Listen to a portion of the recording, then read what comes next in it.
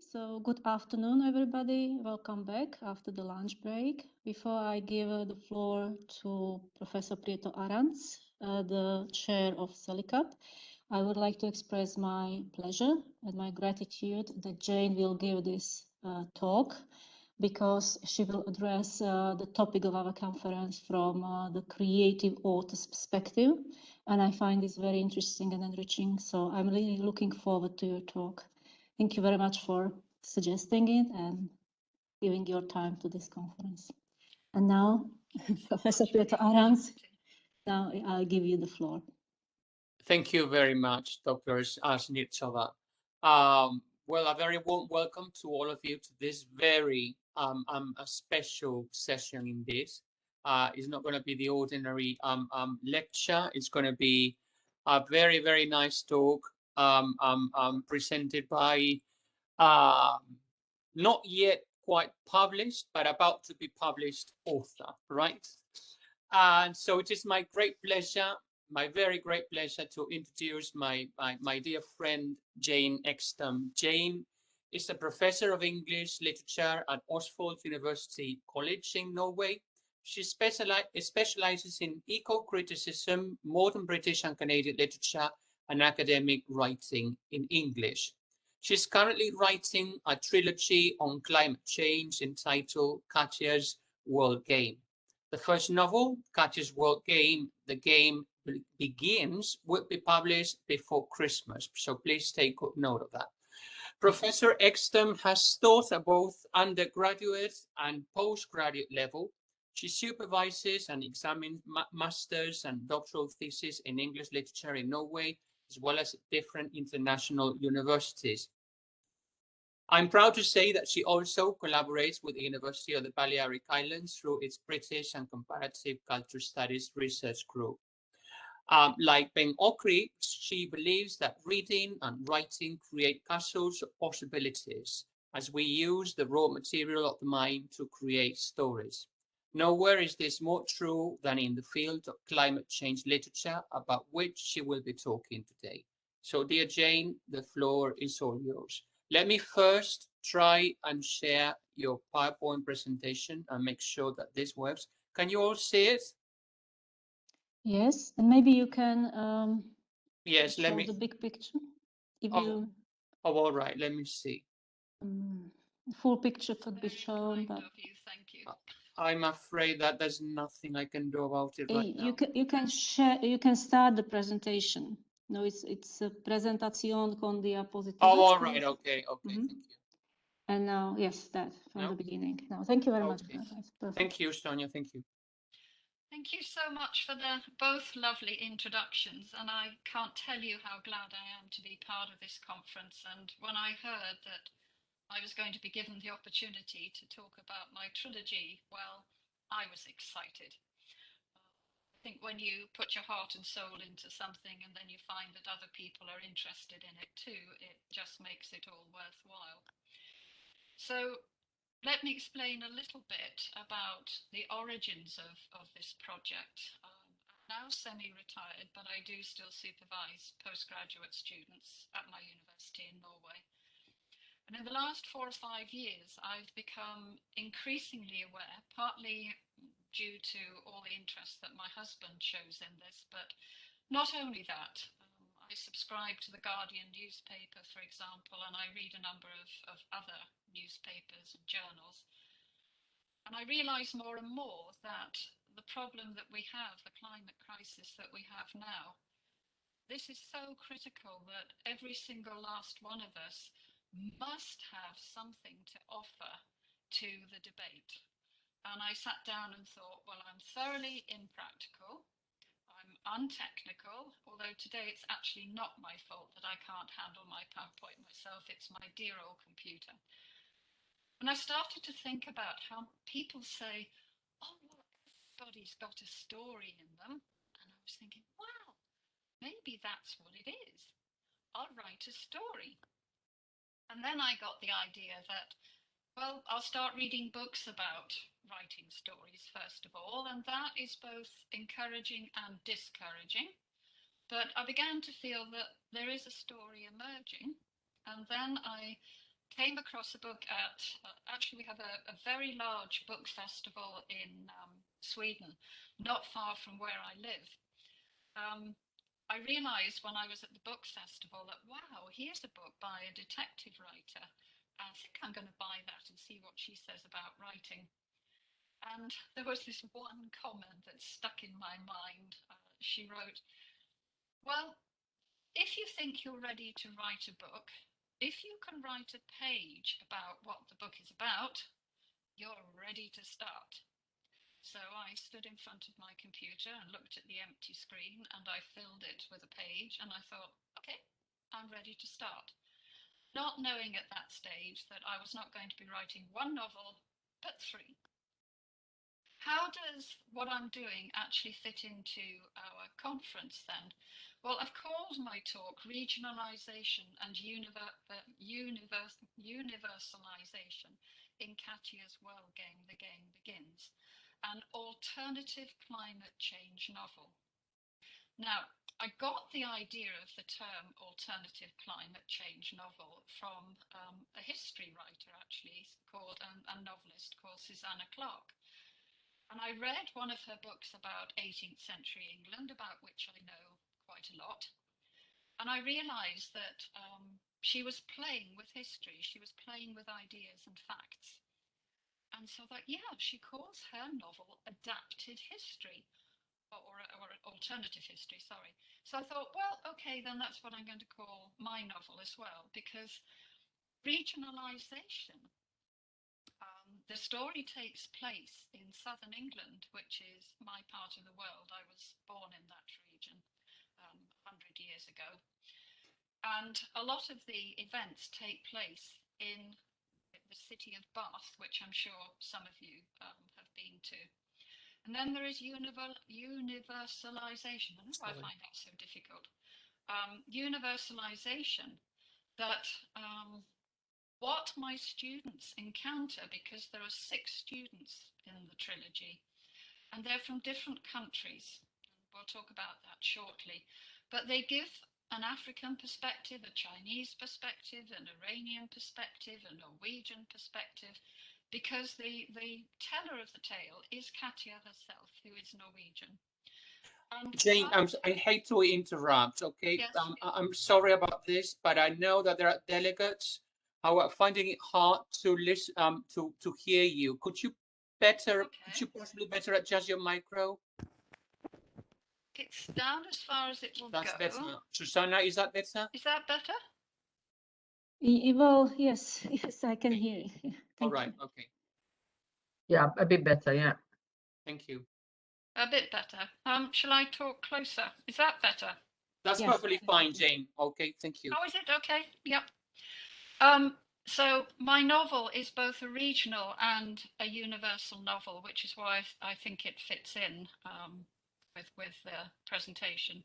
So could we have the next picture, please? Yep. Sorry, we have to do it this way. Some basic ideas about how I see the work that I'm doing and about literature. Literature is a form of cultural knowledge. Imaginative texts have a special potential for representing, exploring, and communicating basic dimensions of human life within the overarching culture-nature relationship, a relationship that incorporates both the regional and the universal. In literature, mind, body, culture, and nature interact with the aid of the imagination. So imagination is a basic ingredient, and there's plenty of it in the 3 novels. The novel about which I'm going to talk, Katja's World Game, moves between the local, that's Bath, southwest England, as I said, and the universal, as it focuses on the current global climate crisis and what it means for 6 students from China, Iran, Northern Ireland, Norway, the Gambia, and the USA. Thank you. Next one. So what, this one, Jane? Okay, sorry. Literary work, very difficult when you're not controlling it. Literary works, to use Hubert Saft's expression, are laboratories of human self-exploration. And I've used this in a lot of different contexts, because if we're really going to read literature, we need to understand what literature is. We need to look at the language that's being used, the metaphors that are being used, the length of the text, and a million different things. They are also imaginative biotopes that provide the symbolic space to explore the dimensions and energies of life. Literature is about life. When seen in this light, literary texts are a form of sustainable textuality because they are sources of ever renewable creative energy. You will know from your sessions in class as a teacher or as a student that the teacher will often ask you, so, well, let's look at this particular passage and see what we can take out of it. What can we glean about the characters or the theme, for example? My novels, Katja's World Game, The Game Begins, is the first novel in a trilogy, as I've explained. I've designed them as bases for discussion in the high school and university classroom. As the trilogy progresses, the 6 main characters ask themselves questions about what is happening to their own country and how this relates to climate issues in other parts of the world. So, in other words, the book is local in the sense that it takes place primarily in Bath, southwest England, but to some extent in Halden, Norway, which is where I teach and which is where Katja is born. But it's also about the world, because I've deliberately tried to choose contrasting countries with different cultures, and they're countries that I have visited several times. I have to say that I did have Spain in the book to begin with, but I I couldn't justify it, or at least my editor said I couldn't justify it. It was too many characters, so I'm sorry that Spain left, but that's how it goes. As I write in the blurb for the novel, the first novel, the story Katja tells is not only her own, it is also ours. It is a shared story. And I emphasize throughout all 3 books that we are in this crisis together. We are sharing a story which we can, to some extent, control. And we are moving towards a conclusion that all of us will end up by having to face, whether we like it or not, and however good or bad it turns out to be. Can I just ask, can you actually hear me now? Yes. Is it? Okay, good. Thank you. I've also done a lot of reading about climate change and higher education, because my novels are for primarily higher education students, but they work, as I've tested, in high school as well. And I love this quotation. Okay, it's kind of old now, it's from 2019, but it is from the Times Higher Education. Higher education has the unrivaled capacity to pursue and shape the values, knowledge, skills, and research that are crucial to a society shifting to a low carbon and safe future. The usual concerns of research and teaching excellence, competitive league tables, student and staff retention, and so on, now need to be put into the broader vision and goal of economic and social well-being, nested in the imperative of planetary survival, and while there is still time to make a critical difference. So this is basically saying, well, in higher education, we have subjects, we have grades, we have qualifications, we have jobs that we are helping students to work towards. But we also have to remember that while we're doing all these things, and they're all very important, we have a climate and a planet which is deteriorating at a rapid pace, which we cannot ignore. Thank you. Next slide. So this is the cover of my first novel, and it's taken a while to get there, and I don't know how you feel when you see a cover like this. I do know that it's very important what the book cover looks like. But what you see actually is Katja herself looking out over a world where there is some green, but right in the background there, we've got a burning fire, a raging fire. And the game begins is really added because the game, as I will tell you shortly, is much more than what we might normally consider a game to be. It incorporates everything, but it's only the beginning. Book one sets the scene. So I've put an average age range of 18 to 35. I've tested this on slightly younger people, and I've tested it on a lot older. And it seems to work, and I think there are reasons for that that I can explain later. The time span for the three novels, not the first novel, is 2022 to 2039. It's fiction with climate change facts. I can add here that what I've tried to do is to read and learn all the time I've been writing this, which is basically from 2016.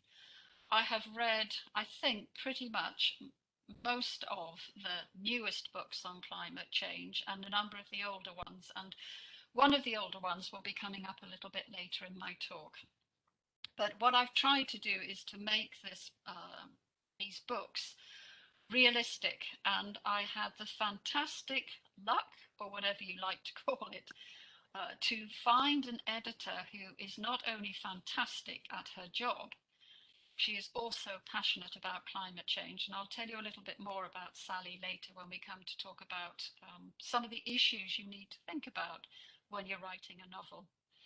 So the first book, the second book, and the third book are moving towards the ultimate solution, a possible solution to our present situation. And that solution is provided in its entirety in book 3. The publications will be both printed and ebooks. And as you heard at the beginning, according to the printer, we should be ready before Christmas, which is fantastic with book 1. Book 2, I would hope somewhere in March, April, possibly next year. Book 3, around the summer. Thank you. So I thought I would, before I go into a little more detail, give you a sample of how I think the books could be used. The first lines in italics are in fact an epilogue to book 1. And I got the idea from Richard Power's fantastic climate novel, The Overstory. First, there was nothing. Now there is everything. And soon there will be. The oak, and the oak tree plays a huge part in my books, it knows what's happening. In its size lies our fate, if we care to listen. There is one who will hear its sounds, understand its sad song. Every breath of wind, every fallen leaf, every mutilated stump, they're all part of a story. Her story and our story, the overstory and the understory. So book 2 is called Katja's World Game, the understory. I've put them the other way around here. Book 3 is called Katja's World Game, the overstory. And what I mean by this is the understory is basically the bushes and the undergrowth in a forest, or small trees that are desperately trying to get to the top, to the light at the top. The overstory in my books is the solution, which is a sustainable set of buildings in a village with regenerative agriculture and many other things. I don't have time to talk about that, but the overstory, these tall buildings reach up to the sky. They are made of wood and they're highly sustainable, and they're designed by my husband, but that's an extra. So one of the things I would do if I were working with book 1, I would ask the students, the readers, what expectations the epigraph creates in their mind.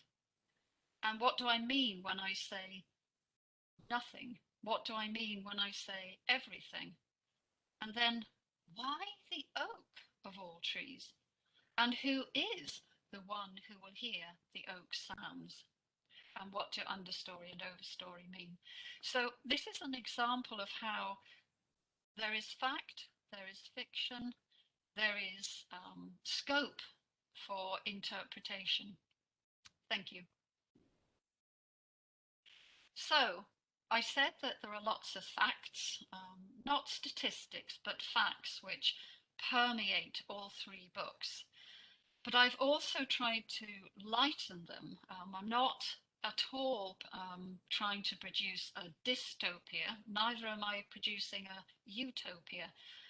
It's a realistic picture of the situation we're in right now.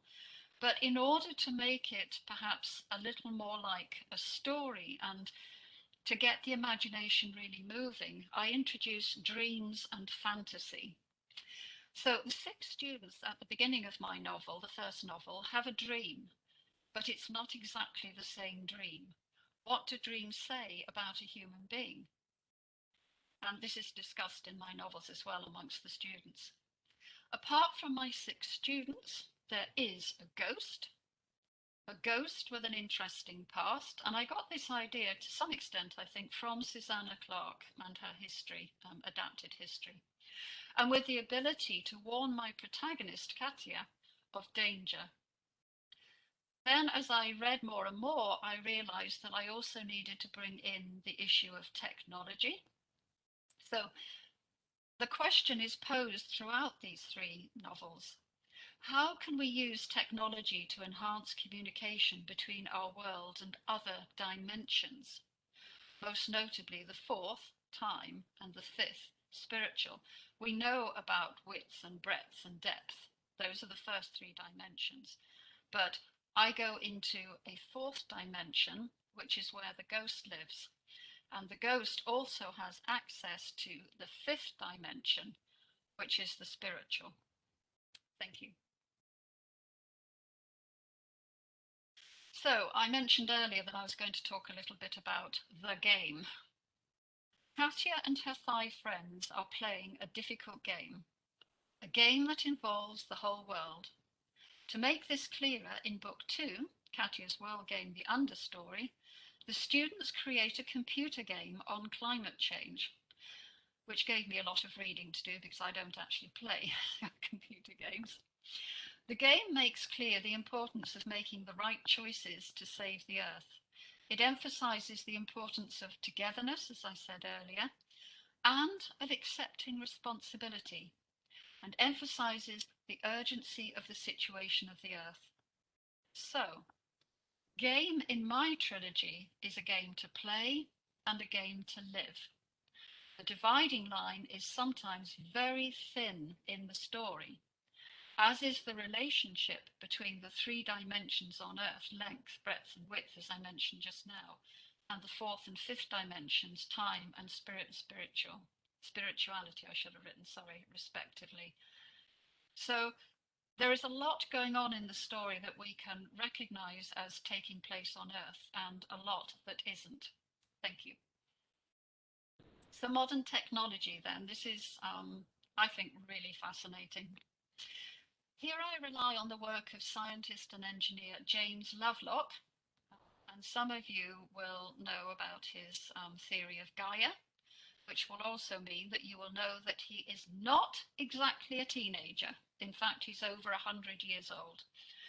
And more particularly, his most recent book, Nova Scene, The Coming Age of Hyperintelligence, 2019. At his age, he is still writing. In Nova Scene, Lovelock draws on his famous Gaia concept, which was first presented in 1970. Gaia is a living being who self-regulates the elements to sustain life on Earth. These elements form an important part of book one, Katja's world game. Climate change has destroyed the balance on Earth. We must, according to Lovelock and my novels, return to a more sustainable way of life. This process is aided by technology. So the world of my third novel, Katja's World Game, The Overstory, shows how technology and sustainability go hand in hand. I was thrilled when I wrote to James Lovelock and told him what I was doing and asked if he would be interested in reading my books. And he wrote back at the age of 100 and a bit and said, "Oh, yes, absolutely, Jane. But I do have to warn you that I spend most of my days sleeping. So we'll see how that works. Anyway, thank you. Next slide. So here are just a few of the books that Lovelock has published on Gaia. They all have different perspectives, but the thing that holds them together is the idea that the Earth, the planet, works as a whole. If we do damage to one part, the rest is damaged as well. Thank you. So here is Novacene. Novacene is Lovelock's term for the new era of which we are part, i.e., the period following the Anthropocene, the man-dominated universe. And I'm sure many of you know that that, in essence, is the last 10,000 years. In the Novacene, we will be increasingly dependent on cyborgs, which will be something that some of you are familiar with. I wasn't until I started reading up about this. But cyborgs are basically just a combination of human and machine. So in order to think about how climate change and the human and the machine can work together, I put down these three very famous rules about robots from 1942 from Asimov. And these are still used. A robot may not injure a human being or, through inaction, allow a human being to come to harm. Good. So maybe the cyborgs then, who are part robot, part human, they're not going to harm us. Number two, a robot must obey the orders given it by human beings, except where such orders would conflict with the first law. Okay, so we're still safe. Third rule, a robot must protect its own existence as long as such protection does not conflict with the first or second. It's a wonderful way of showing that we might have fears about technology taking us over, about robots giving us our food or whatever it is. But there are laws to be followed. And if these laws are followed, and they were devised as early as 1942, there is hope. Thank you. So, what does Lovelock think about our future and our future with cyborgs?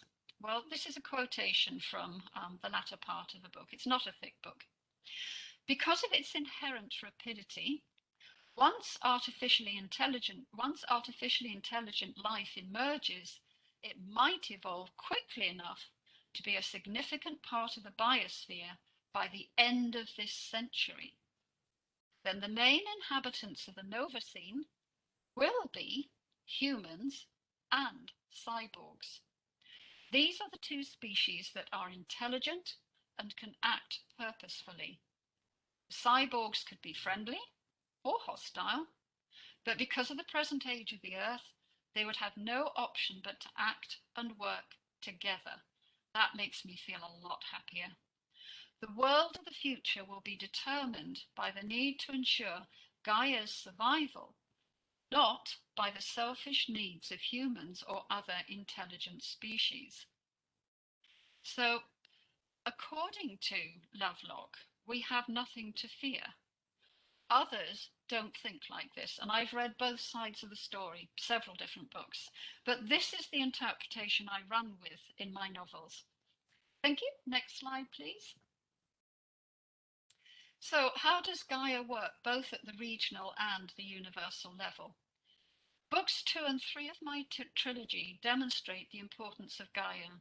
In book 2, the students produce a climate game that shows the importance of the 3 fictional countries working together for planetary survival. So I've avoided having to point out that one country is polluting more of our planet than another by giving 3 fictional countries as the world in the book.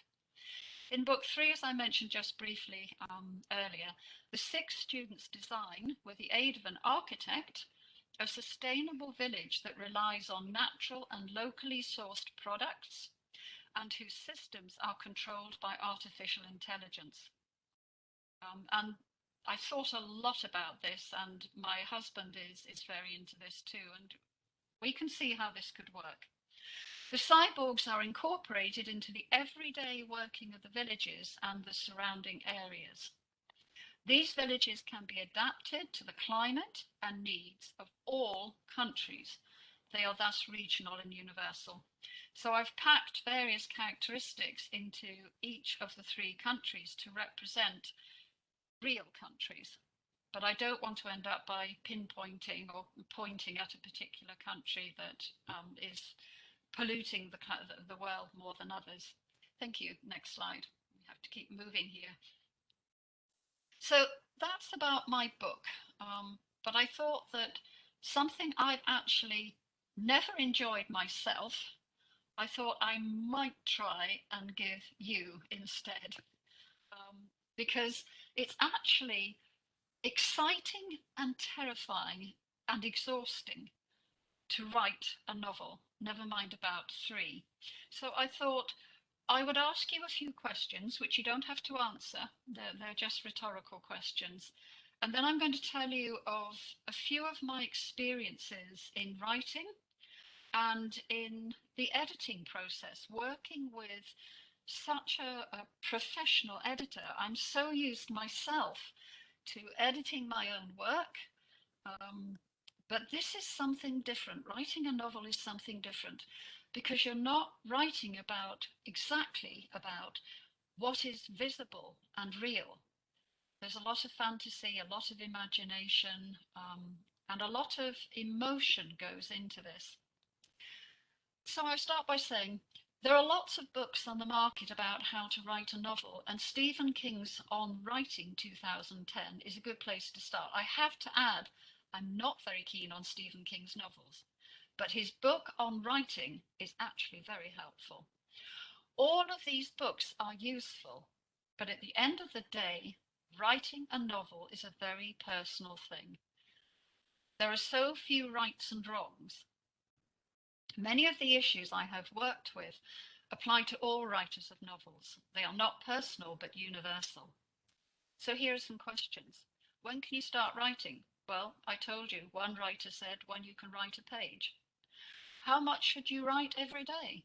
Should you write, excuse me, should you write every day? How much background research do you need to do? How many times will you have to revise your text? Oh, perhaps I shouldn't tell you. Do you need an editor? How will you publish your work? Do you need professional help with this? What does it cost to publish a book?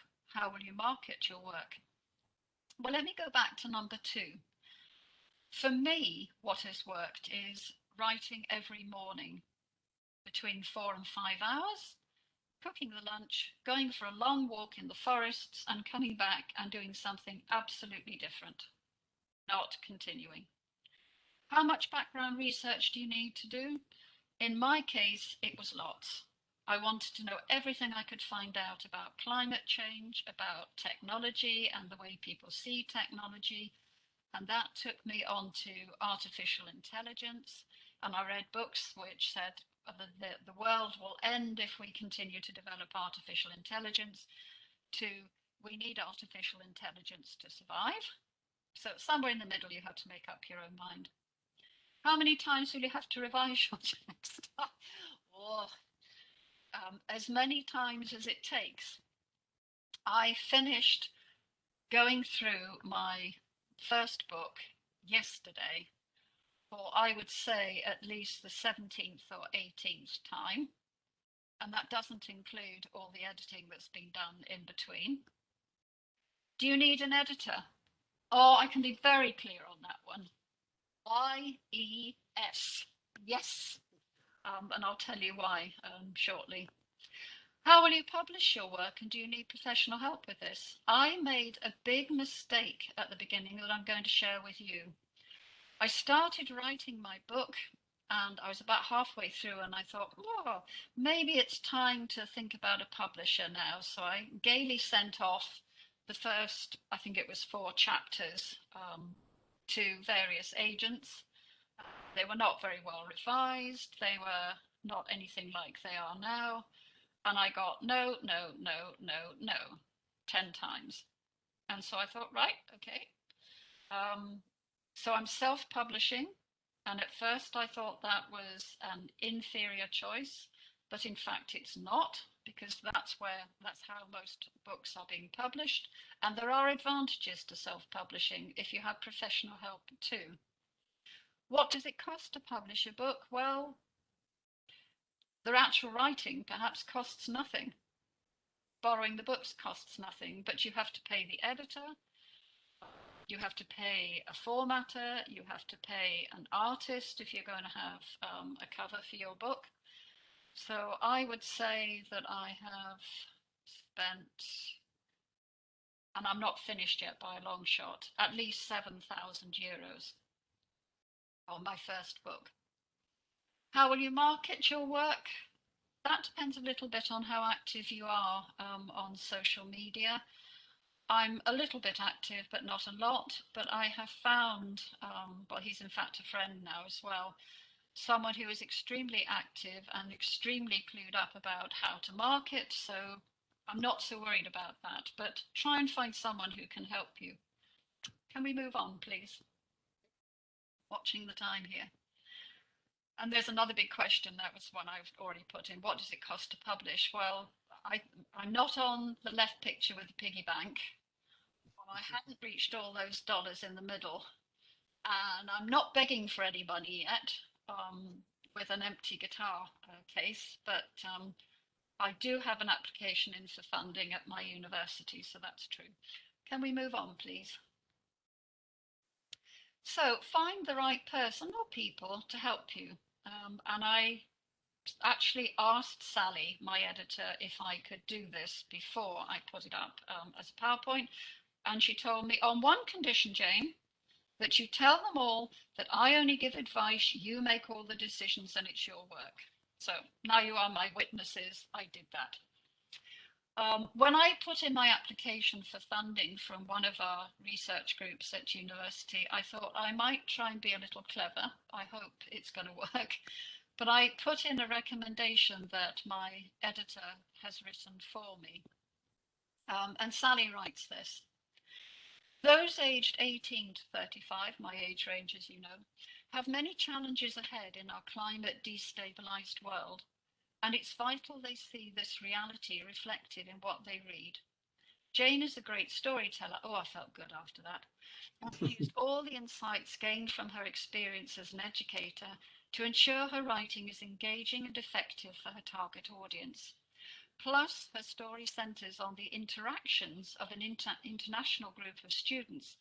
So the English used is not heavily idiomatic and is therefore likely to be accessible for a range of readers whose first language is not English. And that last point has been very much on my mind. When you are used to writing, as many of us are, professional texts, natural, or not natural science texts, but I mean texts that are going to be printed in all sorts of different books on education and so on, or books about literature, you have to use a certain kind of language. And I had to make sure and constantly remind myself that I don't use that language in these books. The amazing thing too, I can say, is that because I left England now, 42 years ago, and I do go back regularly and I have a lot of contact with my family there, new expressions creep into the language, and this is where Sally has been very helpful too. So depending on the kind of work that you want to produce, you may find yourself wanting somebody who is closer to that culture than you might yourself might be, or closer to that age group. So this is just a little piece of advice.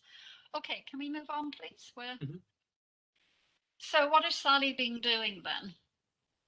I had no idea, to be honest, that this was how it worked. I thought that what Sally would do was what was in the bottom part of the triangle, which was proofread. But I soon learned my mistake. First of all, a good editor will do a developmental edit, looking at the progression of the story, the pacing of the plot, the structure, the outline, the arcs of the characters' development, the theme. In other words, the big picture and the general organization of the text. And then your editor will give you, in my case, it was a 31-page report of all the things she wanted me to think about. And then you get this back, and then you cry your eyes out for 24 hours, and then you decide to get moving again, and you're not going to drop it. And so it goes back to her when you've made the changes you feel you should make, not just what she feels. And then it goes into a second round called copy editing, which is sentence structure, tone, general readability of the text, the structures of the paragraphs, and so on, which is a much easier thing to do. The proofreading I'm doing myself, which is punctuation, grammar, and spelling, but I do that professionally, so I'm not so worried about that. But as you can see, this is a vast amount of work, and the novels are, all three of them, about 94,000 words. So preferably your novel should be under 100,000, so that's okay. Thank you. And another piece of advice, which I definitely haven't regretted: become a member of a reputable organisation. The one I've chosen is the Society of Authors, the SOA. And I've just taken out the 5 lines there about themselves that they have on the internet. All members receive free, unlimited, confidential advice on all business aspects of the profession. This includes the vetting of any contract. If you're a member, you can contact us if you have a query. I've done that several times. We publish a number of guides and articles to help you help yourself, and they are excellent. All are available to members free of charge. Non-members are able to purchase a selection. We provide observed rates and guidelines to help you negotiate fees. So they are worth their weight in gold, trust me. So the Society of Authors, I wrote to them just yesterday, and I said, I think my format is getting a bit angry with me, and I got the answer, yes, he does tend to be a bit brusque, but he's really good, Jane. So, okay, I'll stay with him. And so finally, thank you for listening. And I put my email address here because if you are interested in my book, I will put you on a list, which I've already got several pages of, because I've been to several conferences. And I hope that you will feel that you've learned something about what it feels like to write a book. And I put this picture on the back because this was just another way of showing you that this was the first cover that I chose. And since then, I've chosen the one that you saw at the beginning. So I'm not going to have the number 1. I'm not, but I am going to have a burning fire in the background. So it's a very sort of volatile, constantly moving process to write a book. And certainly when the 3 books have to work together. So I think I'm going to stop there and see if anybody has a question or a comment. Okay, let me just stop sharing. Yeah. Thank you very much for doing that. That was my pleasure, Jane. Thank you very much for this very interesting talk. As you know, I don't think you will mind my saying this in public. This is not the first time I'm listening to you discussing this topic. And the more I hear about it, the more fascinated I become. So thank you again. Thank you. I'm pretty sure that there will be questions or comments taken into account that I'm pretty sure that many of us would benefit from some more useful tips on how to get published in the first place. Apart from the general topic you're actually covering in your trilogy, which is obviously climate change. Absolutely. So, so let's see whether there's anyone interested. Well, while you're looking, I can say that yesterday, for example, I wrote a book review of, actually it's right here, I suppose that I can show it in front of the, and you'll be able to see it. Mm-hmm. Saving Us by Katharine Hayhoe. One of the things I've learned is that people who are really good at what they're doing like to help other people. So Katharine Hayhoe, I've written a review for her for this book, which is going to go up on my website, which is under construction. It's not ready yet, so there's no point in going to it now.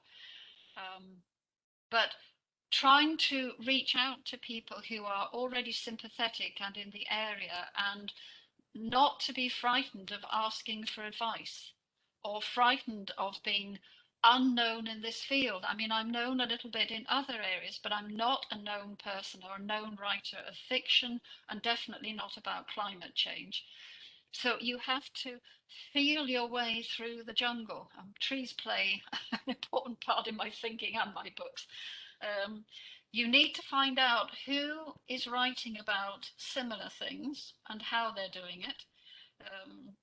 There is a Norwegian writer, for example, Maya Lunde, and I loved her first novel, but I haven't, and they're all on climate change in some form or other, but I haven't been able to get on with the rest.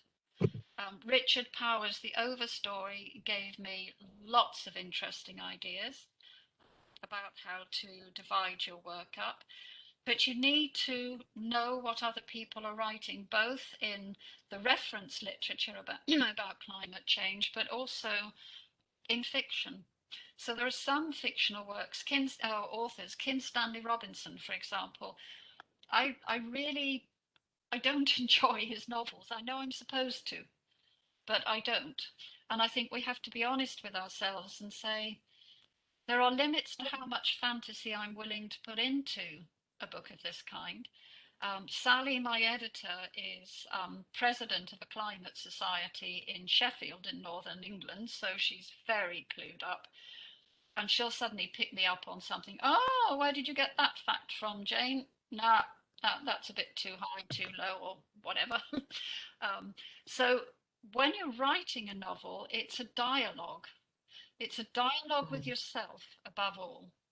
But it's also a dialogue with other people in the area. So James Lovelock's been wonderful. If you know the British climate scientist, Jonathan Porritt, I contacted him and he wants to read my books, and he's amazingly famous and important in the area. So I just feel thrilled that to reach out and say what you're trying to do.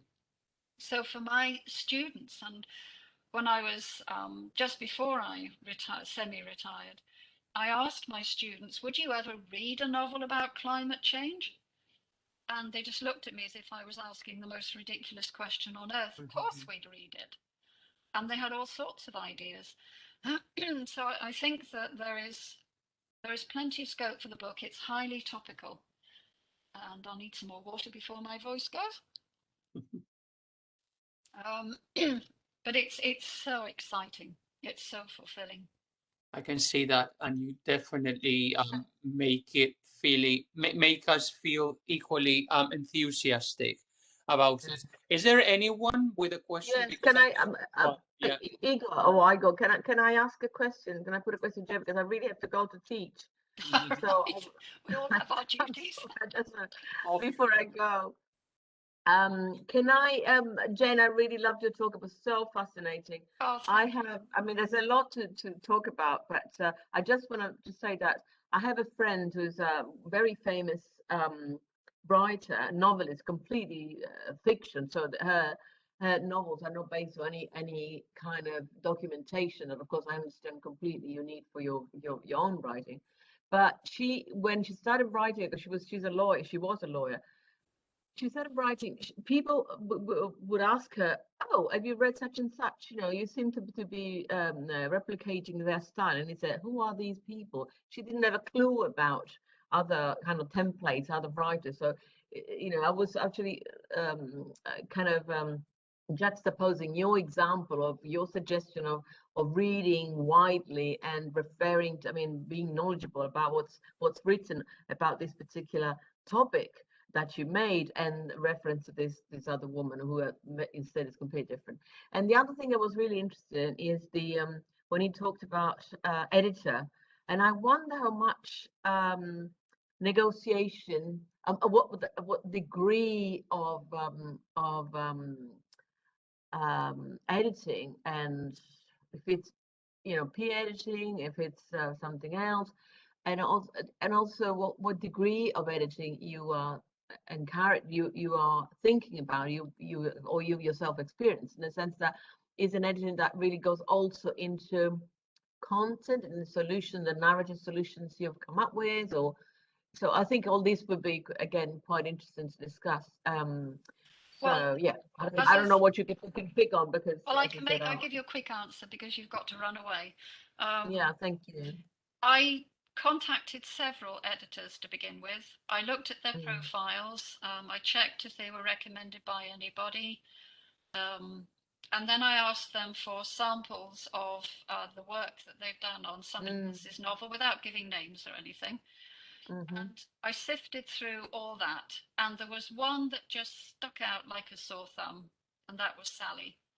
Because her answer to my email was detailed, professional, beautifully written, and not pushy. I had one who was desperate to do the job, and I immediately felt, nope, not touching that. This Okay. person needs the money, not interested in the quality. I'm only interested in the quality. And then I checked on Sally's background, and she's extremely active in climate matters in Britain. President of one of her own, or of one of the climate groups. So I knew that she had the knowledge. I knew that she had the guts, I could actually say, to sort of get on with it and say, look, Jane, if you do this, I can do that, and it will cost you this. So beautifully written out. I thought, this is a woman I can work with, and we're constantly encouraging each other, because we know how, because she's also a writer of fiction. We know how difficult this job is. I mean, when I look back on my PhD thesis, I think, oh, it was like being in clover.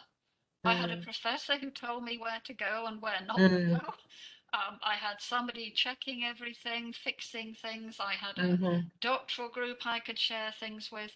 Here I am standing in my office with the world at my feet, with all this material on climate change. What can I use? What can I not use? And silly things like, because I know Bath so well, and my middle daughter lives there now, so I'm there often, apart from during the Corona period. When I say I'm walking to a cafe or I'm going to an Indonesian restaurant, I know which one it is. I'm walking there along the street. I know what it looks like. I know what the food's like. And I think that's helped a lot. But once or twice, Sally's picked me up and said, whoops, be careful. Don't get too close to the truth. So when the students talk about the computer game and how they're going to work this and how they're going to create their countries and so on and so forth, I started getting Katja interested in computer games, and that meant I had to go onto the net and find them. And I thought I had changed their names sufficiently, but Sally said, no, they've got to be further away from that title. So there are all sorts of finicky things that you have to think of that she knows about. And one of the main criticisms she had of my first version of my novel was that there wasn't enough dialogue. Well, I hadn't written dialogue before. I'd written publishable texts and chapters. So it's like it's an amazing journey. I can't tell you how exciting it's been. No, It's been very depressing on occasions.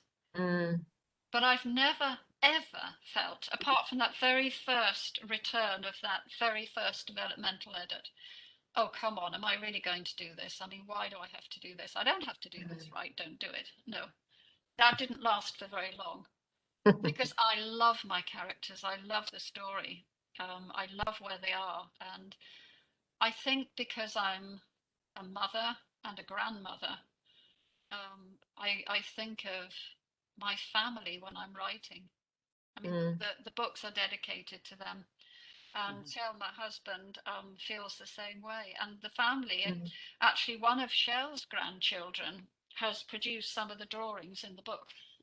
So we've tried to make it as interactive as possible. That's wonderful.